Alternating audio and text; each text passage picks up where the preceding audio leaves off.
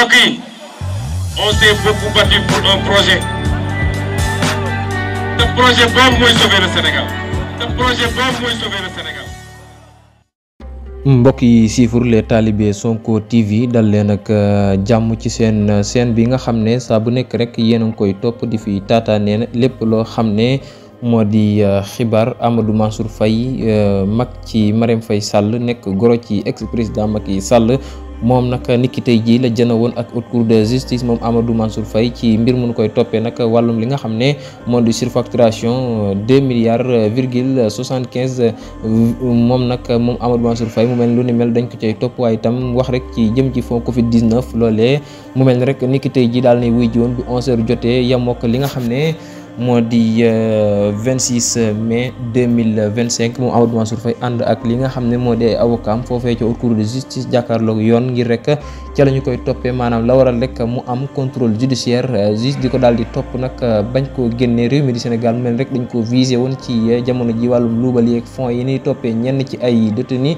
ñenn ci ay homme d'affaires waaye itam ay chroniqueur yoo xam ne jamono ji daal ña nga leen di topp ci ay wax yoo xam ne ña ngi koy daal di wax ginnaaw yoon liggéey bu rafet bi nga xam ne mi ngi koy daal di amal jëme ci ñi fi nekkoon ci ginnaaw Macky Sall doon lubal alalu askan bi mu mel ni Mansour Faye mi nga xam ne ñëpp ràññee nañ ko lool mu nekkoon ancien maire bu Saint-Louis moom nag ñi ki tey ji bi mu jàkkaarloo ak yoon nañ def ay moroomam lañ ko daal di def comme ni ñuy def Moustapha Diop bu Louga moom Amadou Mansour Faye noonu rek lañ ko daal di def ginnaaw bu nu ko digloo mu mel ni waxu fa dara luy waral rek ñu mën ko daal di bàyyi mu libre waaye nag finalement dañ ko daal di mujjee mandat de dépôt comme ni nga xam ne noonu rek lañ ko defee ay moroomam ba ñu wuy jee ca yoon moom Amadou Mansour Faye lii rek mooy nouvelle bi nga xam ne jamono ji daal ne tombé ci kawam tombé ci ak njabootam ginnaaw loole nag gis nañ ay kàddu yoo xam ne ñenn ci ñi koy layal daal lañ ko yëkkat di wax ne amuñ yaakaar benn yoon ci justice bu Sénégal jamono ji léegi ginnaaw jub-jubal jubbanti bii nga xam ne ñu ngi ko daal di wootee tax nag ñuy woo ñenn ñi nga xam ne jàpp nañ rek dañoo daal di lubal alal ci réew mi di Sénégal ñu leen di teg ca aw yoon waaye itam di foqarti alal jooje ca anam yi nga xam ne ca lañu ko yore te wurul benn yoon ginnaaw loolee nag ñoom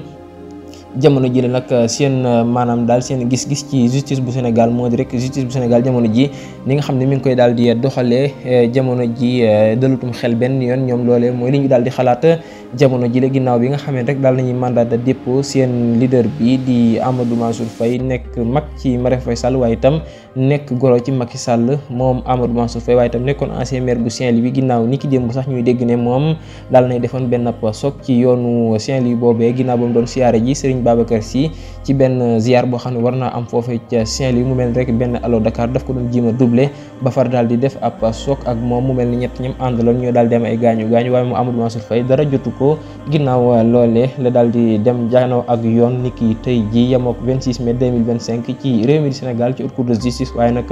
Amadou Mansour Faye daal li ñu mën a jàpp moo di ni ki tey ji mooy nekk guddeem gu njëkk ca prison jamono ji la ginnaaw jub-jubal jubbanti Ousmane Sonko Bassirou Diomaye Diakhar Faye jaa ngeen jëf.